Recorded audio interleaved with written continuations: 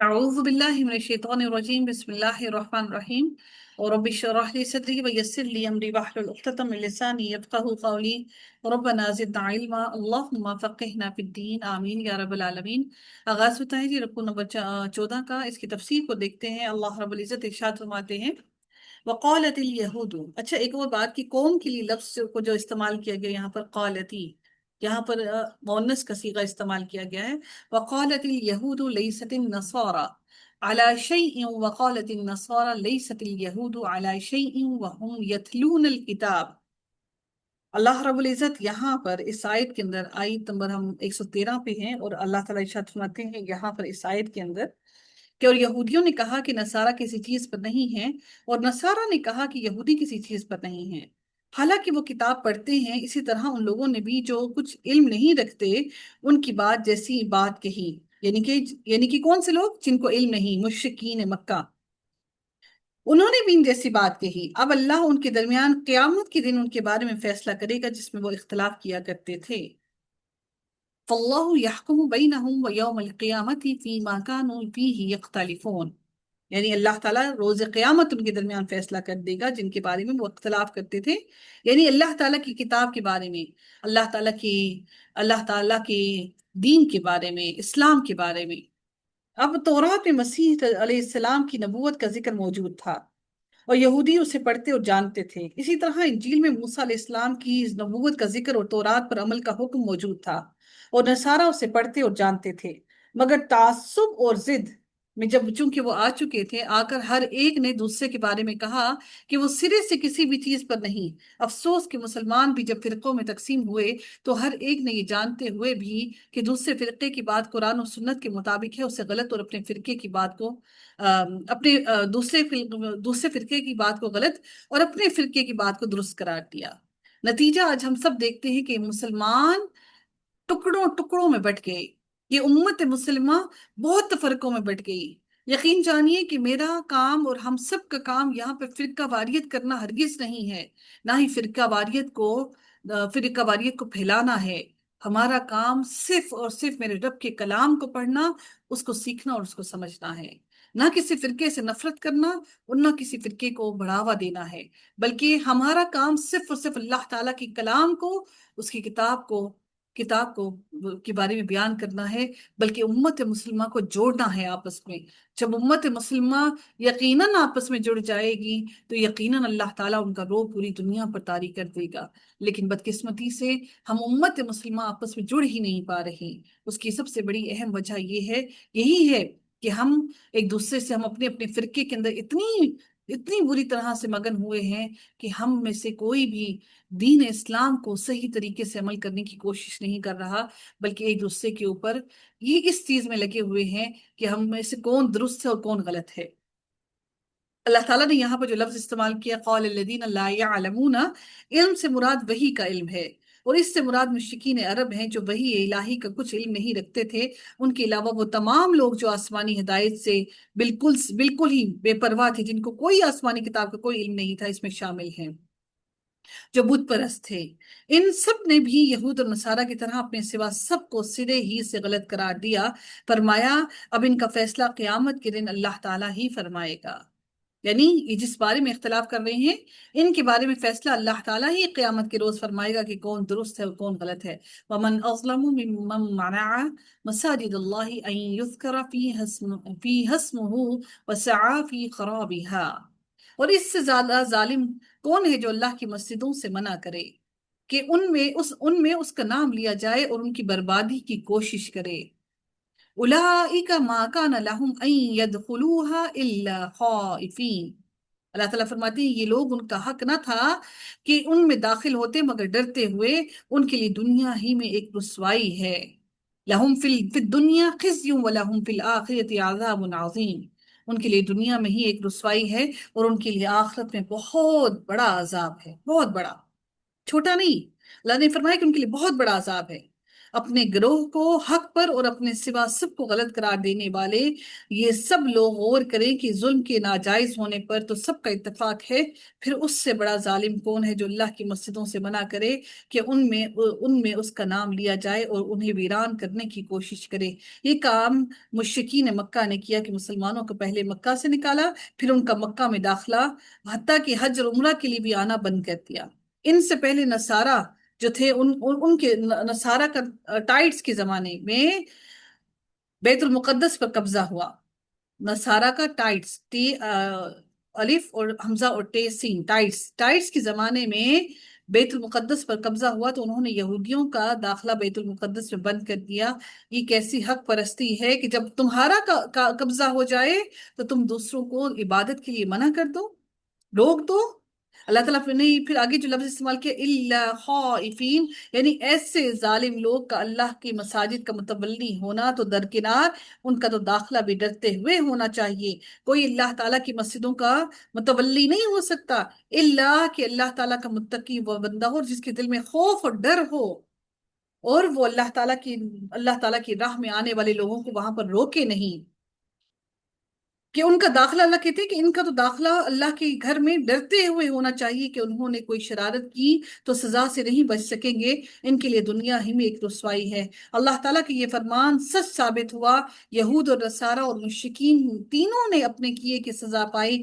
کعبہ اور بیت المقدس میں مسلمانوں کی قبضے میں جب آ گئی اللہ تعالیٰ نے جب ان کا قبضہ مسلمانوں کے قبضے میں دے دیا، اور مسجدیں اللہ کی ہیں، اللہ تعالیٰ نے فرمایا کہ جو مسجدیں ہیں یہ ساری کی ساری، ہم سب جانتے ہیں کہ مسجدیں جتنی بھی سب اللہ کا گھر ہے، اور حق یہ ہے کہ ان میں صرف اللہ کا نام لیا جائے، اس لیے تمام مشرکین کو مسجد حرام کے قریب آنے سے روک دیا گیا، خواہ وہ بت پرست ہوں یا وہ عیسائی ہوں یا یہودی ہوں، کیونکہ وہ اکیلے اللہ کی عبادت نہیں کرتے۔ اب مسلمانوں میں وہی پہلی قوموں والے مشرکانہ عقائد اور اعمال پھیل گئے، اور وہ بدعمل ہو کر جہاد چھوڑ بیٹھے تو بیت المقدس پھر ان کے ہاتھ سے نکل گیا۔ اللہ تعالیٰ مسلمانوں کو دوبارہ سے اس توحید اور سنت رسول صلی اللہ علیہ وسلم پر اور جہاد فی سبیل اللہ پر گامزن فرمائے، اور بیت المقدس کی اللہ تعالیٰ بیت المقدس کا قبضہ، بیت المقدس کو اللہ تعالیٰ سے دعا ہے کہ رب کائنات پھر مسلمانوں کے ہاتھوں میں عطا کر دیں۔ اور قیامت کی نشانیوں میں سے بھی ایک نشانی ہے کہ اللہ تعالیٰ مسلمانوں کے ہاتھوں میں بیت المقدس کو دے دے گا، اور وہ تب ہوگا جب دین اسلام بہت تیزی سے پھیلے گا اور مسلمانوں کے دلوں میں وہی اللہ تعالیٰ کے لیے تقویٰ واپس آئے گا۔ اللہ تعالیٰ سے دعا ہے کہ رب کائنات فلسطین پہ ہونے والے ظلم میں اللہ ہی کافی ہو جائے، اور ان کی مدد اللہ تعالیٰ مدد کرنے کے لیے میرا رب ہی کافی ہو جائے۔ اللہ رب العزت نے مزید فرمایا وَلِلَّهِ الْمَشْرِقُ وَالْمَغْرِبُ فَأَيْنَمَا تُوَلُّوا فَثَمَّ وَجْهُ اللَّهِ إِنَّ اللَّهَ وَاسِعٌ عَلِيمٌ۔ پھر میرے رب نے مزید فرمایا اور اللہ ہی کے لیے مشرق اور مغرب ہے، تو تم جس کی طرف رخ کرو سو وہی اللہ کا چہرہ ہے، بے شک اللہ وسعت والا سب کچھ جاننے والا ہے۔ اس آیت کا یہ مطلب نہیں کہ نماز میں قبلہ کی طرف رخ کرنا ضروری نہیں، بلکہ مراد خاص صورتوں میں قبلہ کی پابندی ختم کرنا ہے، کیونکہ اس سے پہلے ان ظالموں کا ذکر ہے جو اللہ کی مسجدوں سے روکتے ہیں، یعنی ان ظالموں کی اللہ کی مسجدوں سے روکنے اور انہیں ویران کرنے کی کوشش اللہ تعالیٰ کی عبادت کی راہ میں رکاوٹ نہیں بن سکتی۔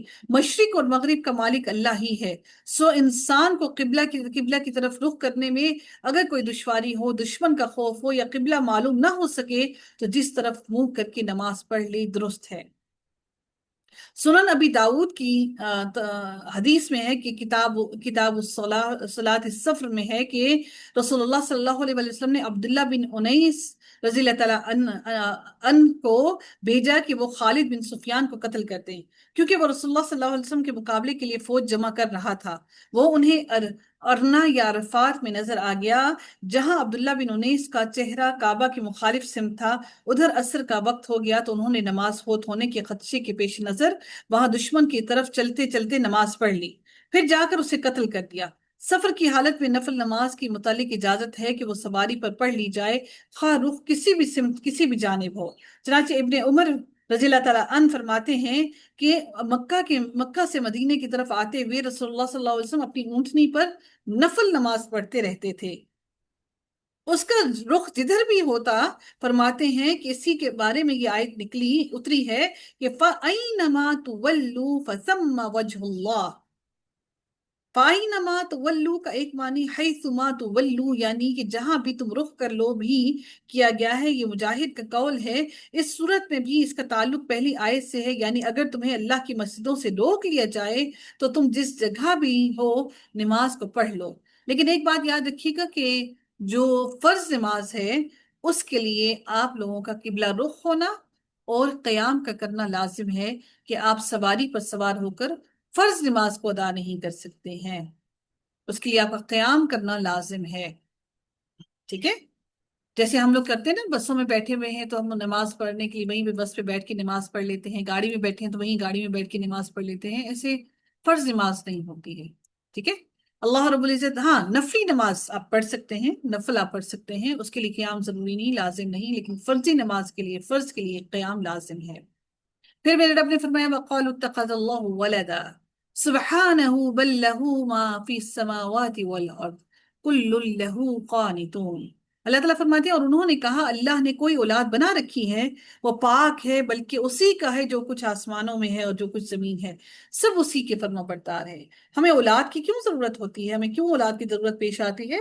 کہ وہ ہماری فرما برداری کرے، ہماری بات سنے، ہماری باتوں پر عمل کرے، ہماری خدمت کرے۔ جب ہماری ہڈیوں میں طاقت نہ ہوگی تو پھر ہمیں عورتیں بھی ہاتھ مردوں جیسے باندھ کر نماز پڑھ سکتی ہیں، مطلب عورتوں کا اور مردوں کا نماز پڑھنے کا کوئی بھی طریقہ مختلف نہیں ہے، نماز پڑھنے کا طریقہ سیم ہے۔ آپ سینے سے لے کر ناف تک کہیں پر بھی ہاتھ باندھ سکتے ہیں، وہ مرد بھی باندھ سکتے ہیں اور عورتیں بھی باندھ سکتی ہیں۔ ٹھیک ہے؟ ایسا نہیں ہے کہ مرد کے لیے خاص طور پر کہا گیا کہ وہ ناف کے اوپر ہاتھ رکھ کے نماز پڑھیں۔ آپ لوگوں نے اکثر دیکھا ہوگا جو وہاں وہ آپ امام کعبہ کو دیکھیں، وہ سینے پہ ہاتھ رکھ کے نماز پڑھے ہوتے ہیں، کوئی تھوڑا سا سینے سے نیچے رکھ کے پڑھے ہوتے ہیں۔ تو آپ سینے سے لے کر آپ ناف تک کسی بھی جگہ پر ہاتھ باندھ سکتے ہیں، اس میں کوئی مذائقہ نہیں ہے۔ ٹھیک ہے؟ لازم نہیں ہے۔ اور جن خواتین کا ہوتا ہے کہ تھوڑا چیسٹ، ان کا جسم جو ہے وہ بھاری ہوتا ہے، ان کو چاہیے کہ وہ سینے سے تھوڑا نیچے کر کے ہاتھ باندھ لیں، تو زیادہ بہتر ہے بنسبت اس کے کہ ان کو زیادہ مشقت اور دقت ہو کہ وہ سینے پر ہی ہاتھ کو باندھ کر رکھیں اور نماز کو ادا کریں۔ تو اللہ تعالیٰ نے ہمارے لیے آسانیاں پیدا کی ہیں، رب کائنات نے کہیں مشقت نہیں ڈالی ہے۔ اب یہاں پر دیکھتے ہیں کہ اللہ کی مسجدوں سے روکنے والوں کو کا یہ ایک اور ظلم بیان فرمایا کہ انہوں نے کہا اللہ نے کوئی اولاد بنا رکھی ہے۔ یہود نے عزیر علیہ السلام کو اور نصارہ نے مسیح حضرت عیسیٰ علیہ السلام کو اللہ کا بیٹا قرار دیا۔ اسی طرح مشرکین عرب نے فرشتوں کو اللہ کی بیٹیاں قرار دیا۔ اللہ تعالیٰ نے کئی طرح سے اس کو رد فرمایا۔ پہلے اللہ تعالیٰ نے فرمایا کہ سبحانہ کے ساتھ کہ اولاد تو محتاجی کی دلیل ہے اور اللہ سے اس سے پاک ہے، اللہ تعالیٰ محتاج نہیں ہے۔ دوسری یہ کہ اللہ آسمان اور زمین کا مالک ہے، جس میں عزیر، مسیح اور فرشتے سب شامل ہیں۔ مالک اور مملوک باپ بیٹا کیسے ہو سکتے ہیں؟ مالک جو پیدا کرنے والا ہے، دوسرا جس کو اللہ نے پیدا کیا، یعنی کہ جس کو اللہ تعالیٰ نے تخلیق کیا، وہ اللہ تعالیٰ کی ملکیت ہے، وہ باپ بیٹا کیسے ہو سکتے ہیں؟ بیٹا تو باپ کا مملوک بن بھی جائے تو خود بخود آزاد ہو جاتا ہے۔ تیسرا یہ کہ بیٹا سرکشی بھی کر سکتا ہے، جبکہ آسمان اور زمین میں رہنے والے سب اللہ تعالیٰ کے فرمان کے تابع ہیں، ان کا سانس بھی اللہ تعالیٰ کے حکم کے بغیر نہیں چل سکتا۔ اللہ تعالیٰ کی رضا کے بغیر، اس کے حکم کے بغیر کسی کا سانس بھی نہیں چل سکتا۔ اللہ تعالیٰ چاہے تو لمحے کے اندر سب کو نست و نابود کر دے۔ اللہ تعالیٰ کی بیٹیاں کیسے فرشتے ہو سکتی ہیں جبکہ وہ اللہ تعالیٰ کی نافرمانی ہرگز نہیں کر سکتے؟ تو اللہ تعالیٰ نے فرمایا سبحانہ، اللہ پاک ہے، بل لہو ما فی السماوات والارض، بلکہ اللہ نے کہا کہ بلکہ نہ صرف پاک بلکہ جو کچھ آسمانوں اور زمین میں ہے سب اسی کا ہے، اور سب اس کی فرما برداری کر رہے ہیں۔ بدیع السماوات والارض، میرے رب نے فرمایا مزید کہ آسمانوں اور زمین کا موجد ہے، اس کو وہ نئی سرے سے پیدا کرنے والا ہے، اور جب وہ کسی کام کا فیصلہ کرتا ہے تو اسے بس یہی کہتا ہے کن فیکون، تو وہ ہو جاتا ہے۔ بدیعو کا معنی جو ہے مبدعن ہے، مبدعن سے یہ لفظ نکلا ہے۔ ٹھیک ہے؟ مبدعن اسم الفاعل جو ہے اس کا مبدعن ہے، اس کو لکھ لیجیے گا اپنے پاس، بدیعن، اس کا معنی یہاں پر کیا ہے؟ مبدعن، یعنی یہ اسم الفاعل اس کا کیا ہے؟ مبدعن، یعنی آسمان اور زمین کو بغیر کسی مادے بغیر کسی اوریجنل چیز کی، یعنی کہ بغیر کوئی چیز تھی ہی نہیں. ہم ہر چیز کسی نہ کسی چیز سے بناتے ہیں نا. آپ کوئی بھی چیز بناتے ہیں، اگر سافٹ ویئر بھی بناتے ہیں تو آپ کے پاس پہلے کوئی چیز موجود ہوتی ہے. ہم اگر پھل یا فروٹ اگاتے ہیں تو ہم جب بوتے ہیں زمین میں، ہمارے پاس اس کا بیج موجود ہوتا ہے. یہ جو بدیع کا لفظ ہے، یعنی اس کے لیے کچھ بھی موجود نہیں تھا. بغیر کسی نمونے کے، بغیر کسی میٹیریل کے، بغیر کسی مادے کے اللہ تعالیٰ نے زمین اور آسمان کو پیدا کیا. یہ چوتھی دلیل ہے، کیونکہ بیٹا باپ کا نمونہ ہوتا ہے، جبکہ اللہ نے ہر چیز کو نمونے کے بغیر پیدا کیا ہے. ہم دیکھتے ہیں نا کہ ہم بچے کو دیکھتے ہیں تو پہلی بات کہتے ہیں جی بچہ ماں کی طرح ہے، باپ کی طرح ہے. ہم شکل و صورت کو لازمی کسی نہ کسی سے ملاتے ہیں. تو کیا کوئی دنیا میں، کائنات میں کوئی ایسی چیز ہے جو اللہ تعالیٰ کی مشابہ ہو؟ کچھ بھی ایسا نہیں ہے. اس لیے اللہ تعالیٰ نے یہ یہاں پر بیان کیا بدیع السماوات والارض، کیونکہ بیٹا باپ کا نمونہ ہوتا ہے، جبکہ اللہ نے ہر چیز کو نمونے کے بغیر پیدا کیا. پانچویں دلیل کہ جس کے کن کہنے سے سب کچھ ہو جاتا ہے، اسے اولاد کی کیا محتاجی ہے؟ اولاد کی محتاجی تو ہم جیسے ناکارہ لوگوں کو ہے، جن میں کوئی طاقت نہیں، جن میں کوئی ہمت نہیں، جو کچھ بھی کرنے سے قاصر ہیں. اولاد کے محتاج جو ہم جیسے لوگ ہیں. میرے رب نے اگلی آیت میں مزید فرمایا وَقَالَ الَّذِينَ لَا يَعْلَمُونَ لَوْلَا يُكَلِّمُنَا اللَّهُ أَوْ تَأْتِينَ آیَةٌ. اچھا، بعض لوگوں نے آپ صلی اللہ علیہ وسلم کو اور کچھ اور لوگوں نے اللہ کا نور قرار دیا. اعوذ باللہ. لوگ کیا کہتے ہیں کہ نبی کریم صلی اللہ علیہ وآلہ وسلم اللہ کا نور ہے. اللہ تعالیٰ کا نور اگر نبی کریم صلی اللہ علیہ وسلم نعوذ باللہ ہوتے تو اللہ تعالیٰ نے کہیں تو قرآن میں کہا ہوتا، کسی ایک حدیث میں تو یہ لازمی موجود ہوتا کہ نبی کریم صلی اللہ علیہ وآلہ وسلم نعوذ باللہ اللہ کا نور ہے. اللہ نے قرآن میں کہیں پر بھی نہیں فرمایا. ابھی آپ لوگ پڑھ رہے ہیں، خود دیکھیے گا کہ کیا کیا کہیں اللہ نے فرمایا کہ نبی اکرم صلی اللہ علیہ وسلم اللہ کا نور ہے. کہیں ایک جگہ تو اللہ نے ضرور فرمایا. اتنی بڑی بات اللہ تعالیٰ کیسے قرآن میں نہ بتاتا؟ کسی ایک حدیث میں تو یہ بات ثابت ہوتی کہ نعوذ باللہ نبی اکرم صلی اللہ علیہ وسلم اللہ کا نور ہے. یہ تو اللہ کا بیٹا بنانے سے بھی بڑا ظلم ہے. جن لوگوں نے اللہ کا بیٹا بنا دیا، یعنی نور کہہ کر کہ اللہ تعالیٰ، اللہ رب العزت خود نور ہے، یعنی اللہ تعالیٰ کے کا حصہ ہے نعوذ باللہ نبی کریم صلی اللہ علیہ وآلہ وسلم. کتنے بڑے بہتان ہیں جو ہم مسلمان اللہ تعالیٰ کے ساتھ لگا رہے ہیں. ہم روتے یہودیوں اور عیسائیوں کے اوپر ہیں، ہم مشرکین پر روتے ہیں، جبکہ ہم مسلمانوں نے اللہ تعالیٰ کے ساتھ اس سے بھی بڑے بہتان گھڑ لیے نعوذ باللہ. ہمیں اپنے عقائد کو درست کرنا ہم پر لازم ہے. اللہ تعالیٰ اگلی آیت میں فرماتے ہیں وَقَالَ الَّذِينَ لَا يَعْلَمُونَ لَوْلَا يُكَلِّمُنَا اللَّهُ أَوْ تَأْتِينَا آیَةٌ كَذَلِكَ قَالَ الَّذِينَ مِن قَبْلِهِم مِثْلَ قَوْلِهِم. اللہ رب العزت فرماتے ہیں اور ان لوگوں نے کہا جو نہیں جانتے ہم سے اللہ کلام کیوں نہیں کرتا. اس سے مراد کفار عرب ہیں، جنہوں نے اپنے سے پہلے لوگوں یعنی یہود اور نصارہ کی طرح یہ مطالبہ کیا. انہوں نے کیا کہا کہ اللہ ہم سے کلام کیوں نہیں کرتا، یا ہمارے پاس کوئی نشانی کیوں نہیں آتی. ایسے ہی ان لوگوں نے جو ان سے پہلے تھے ان کی بات جیسی بات کہی، ان کے دل ایک دوسرے جیسے ہو گئے، یعنی متشابہ ہو گئے. قلوبہم، ان کے دل ملتے جلتے ہیں، یعنی مشرکین مکہ اور عیسائیوں اور یہودیوں کے دل ایک جیسے ہیں. قد بینا الآیات لقوم یوقنون. میرے رب نے مزید کیا فرمایا، بے شک ہم نے ان لوگوں کے لیے آیات کھول کر بیان کر دی ہیں جو یقین کرتے ہیں. تشابہت قلوبہم یعنی ان سب کی سوچ ایک جیسی ہے. اور فرمایا کہ قرآن کریم سے رسول اللہ صلی اللہ علیہ وسلم کا سچا ہونا واضح ہے. اگر یہ لوگ اہل یقین ہوتے تو یہی دلائل ان کے لیے کافی تھے، یہی دلائل ان کے لیے بہت تھے. اگر اللہ تعالیٰ نے آج آپ سب لوگوں کو دین سے جوڑا ہے تو یقیناً اللہ رب العزت یقیناً آپ سب لوگوں سے راضی ہے. اب استقامت حاصل کرنا، اس کے لیے محنت کرنا، اس کے لیے جد و جہد کرنا آپ لوگوں کے ہاتھ میں ہے. میرے رب نے فرمایا انا ارسلناک بالحق وبشیرا ونذیرا ولا تسأل عن اصحاب الجحیم. میرے رب نے فرمایا بے شک ہم نے تجھے حق کے ساتھ خوشخبری دینے والا اور ڈرانے والا بنا کر بھیجا ہے، اور تجھ سے جہنم والوں کے بارے میں نہیں پوچھا جائے گا. عن اصحاب الجحیم، یعنی آپ کا کام صرف حق پہنچاتے ہوئے خوشخبری دینا اور ڈرانا ہے۔ آپ سے یہ نہیں پوچھا جائے گا کہ یہ لوگ مسلمان کیوں نہیں ہوئے، یعنی آپ سے نہیں پوچھا جائے گا، میرا کام بھی صرف آپ لوگوں کو بتا دینا ہے۔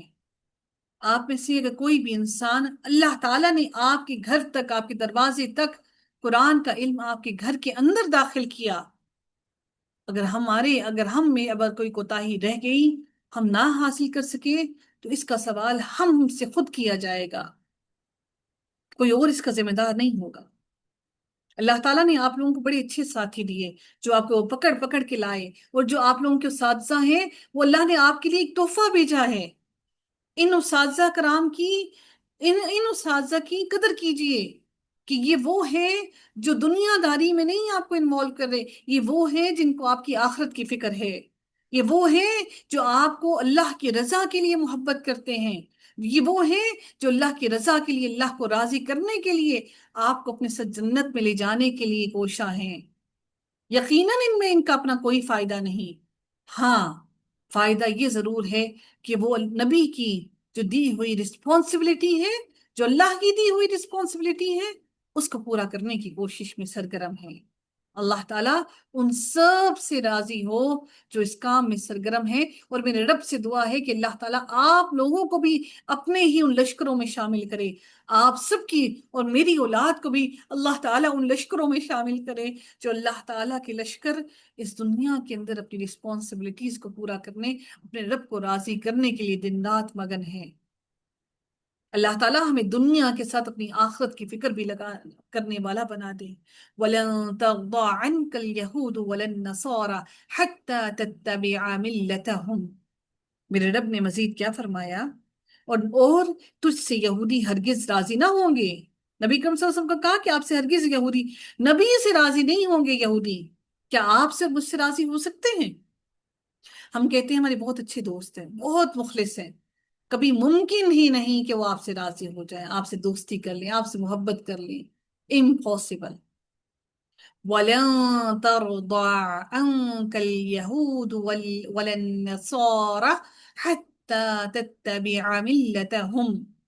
کب تک راضی نہیں ہوں گے؟ نہ یہود اور نہ نصارہ، یہاں تک کہ تو ان کی ملت کی پیروی کرے۔ اللہ تعالیٰ کہتے ہیں قل، اے نبی کہہ دو، ان ہدی اللہ هو الہدا، کہہ دے بے شک اللہ کی ہدایت ہی اصل ہدایت ہے۔ اور ان کو یہ بھی کہہ دے وَلَئِنِ اتَّبَعْتَ أَهْوَاءَهُمْ بَعْدَ الَّذِي جَاءَكَ مِنَ الْعِلْمِ مَا لَكَ مِنَ اللَّهِ مِنْ وَلِيٍّ وَلَا نَصِيرٍ۔ اللہ نے فرما دیا اے نبی کہہ دے بے شک اللہ کی ہدایت ہی اصل ہدایت ہے، اور اگر تو نے ان کی خواہشات کی پیروی کی اس علم کے بعد جو تیرے پاس آیا ہے، تو تیرے لیے اللہ سے چھڑانے میں نہ کوئی دوست ہوگا اور نہ ہی کوئی مددگار ہوگا۔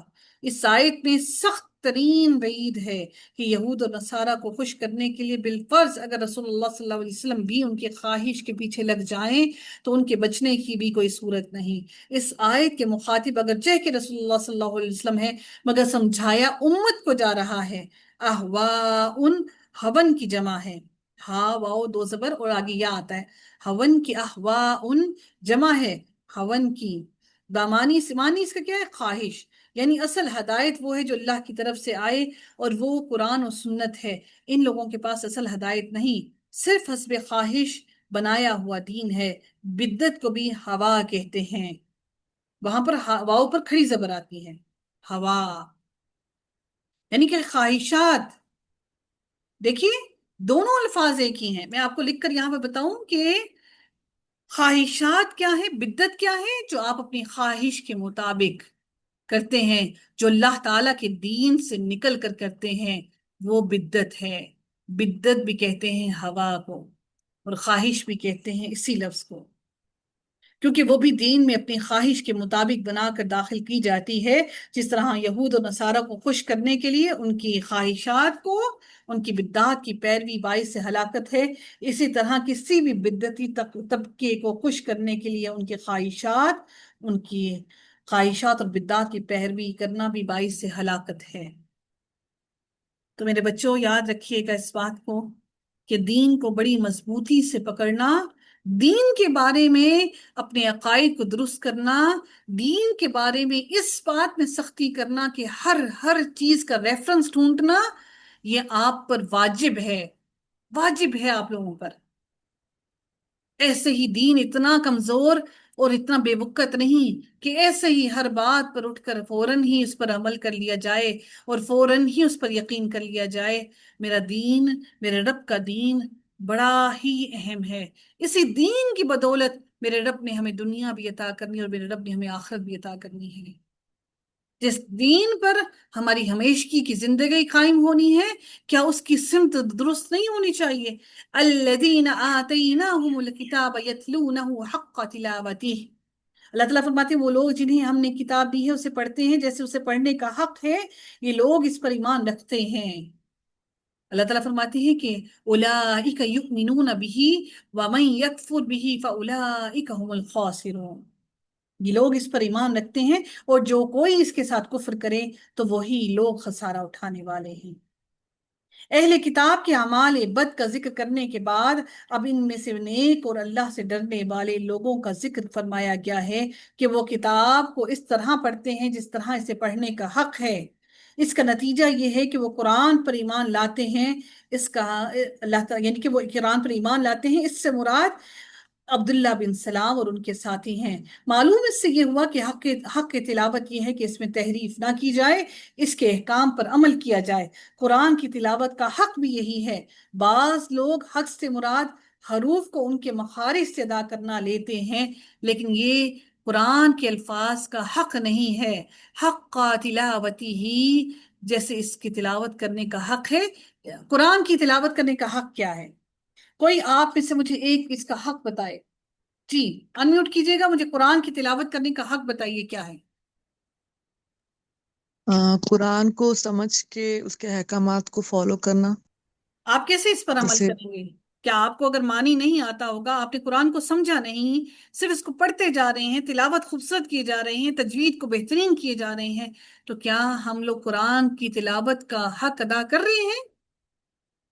جس دل کے اندر، جس کے رونگٹے کھڑے نہ ہو، جس کا دل رویا نہ ہو، جس کی آنکھوں سے آنسو نہ بہے ہوں، جس کے دل میں خوف طاری نہ ہوا ہو، یہ میرے رب کا کلام تو وہ ہے جس کو جب پہاڑوں کو دینا چاہا، آسمان کو دینا چاہا، ہر کوئی ہی ڈر گیا خوف سے۔